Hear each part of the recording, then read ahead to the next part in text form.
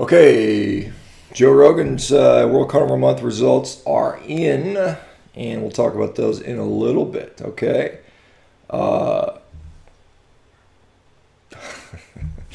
Another success story first. This comes from Revero.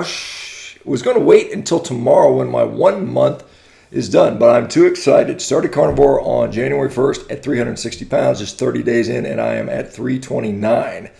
Trying hard not to be too focused on the scale, but I haven't been under 330 in over 5 years. The weight loss is great, but I feel fantastic. More energy, more clarity of mind, better sleep, better libido.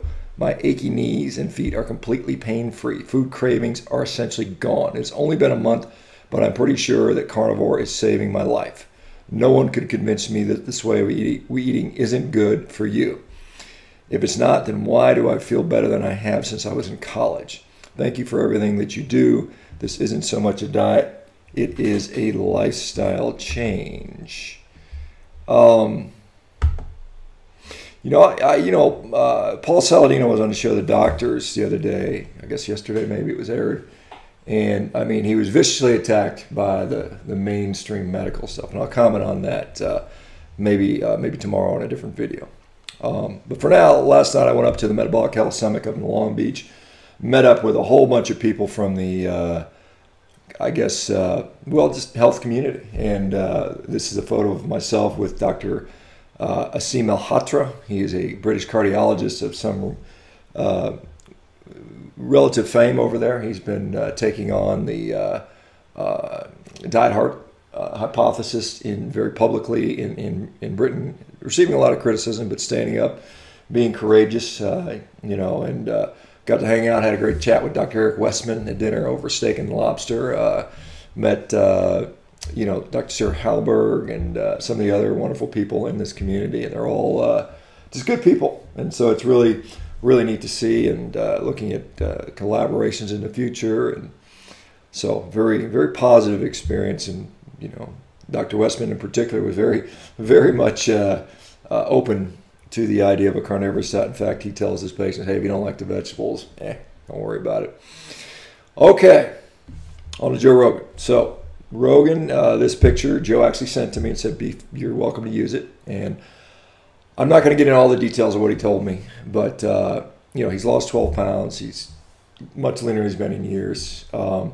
He feels really good. He basically said, I am stunned at how good I feel on this diet.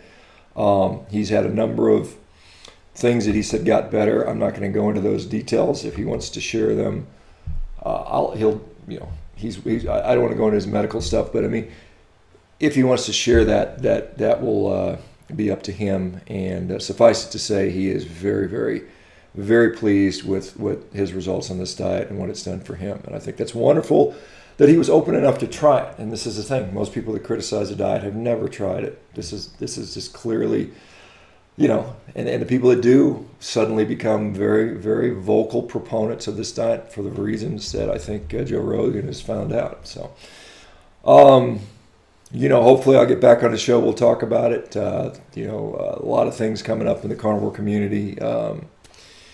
My interview with Tom Bilyeu, obviously very controversial. There's people on there that are like, that guy is a moron. He's the idiot. He's the biggest idiot in the world. And there's other people that have actually done the diet, have a very different opinion. And so this is, and it's scary for people because they're like, wait a minute, everything I've learned and been taught and believed may not be true. And therefore I hate you for saying that.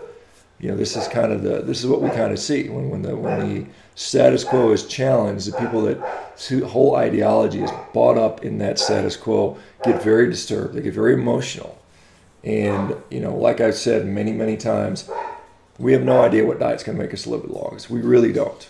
We have no idea what diet is going to make us, not get cancer or heart disease, because we just don't know that. We can't know that. There's no study that will ever be ethically or financially able to be done to do that. And so really, I think the best we can say is I can take people, or you can take people, or a lifestyle intervention can take people from the disease state to the no longer disease state. And if we focus on that, if that is our focus, then these people that are in the no longer disease state likely will live longer, likely, maybe not guaranteed, but they certainly will live healthier. They certainly will have a better quality of life and certainly have a better health span. And so when we get out of the game of fortune telling, we get out of the game of epidemiologics, associational stuff with long-term health outcomes, which are horrible studies, by the way. When we get out of that game and focus on getting people healthy today, we're going to win. All right? That's what we're doing at MeetRx.com. I hope you guys support us. Join me in the live session today, 9 o'clock every day, 9 a.m. Pacific time. MeetRx.com. All right, guys. Joe, thank you for doing the diet. Like I said, hopefully we'll get to discuss it on the podcast at some point. It's good to see people be open-minded, and hopefully more people will do that. I think there's going to be more and more people that are willing to stand up and say, look, this has helped me, and meat is not the bad guy, which is not. Let's get rid of the crap, the processed food, the junk out of the diet. Let's focus on that instead of demonizing cows. I mean, it's just silliness. And all it does by demonizing cows is it puts more money in the junk fruit makers' hands, right? More, plant-based, processed food, fake meat. This is what they're trying to do, trying to create that market. And you guys that are buying into that, they love you guys. Okay, see you on the next video. Take care now. Bye-bye.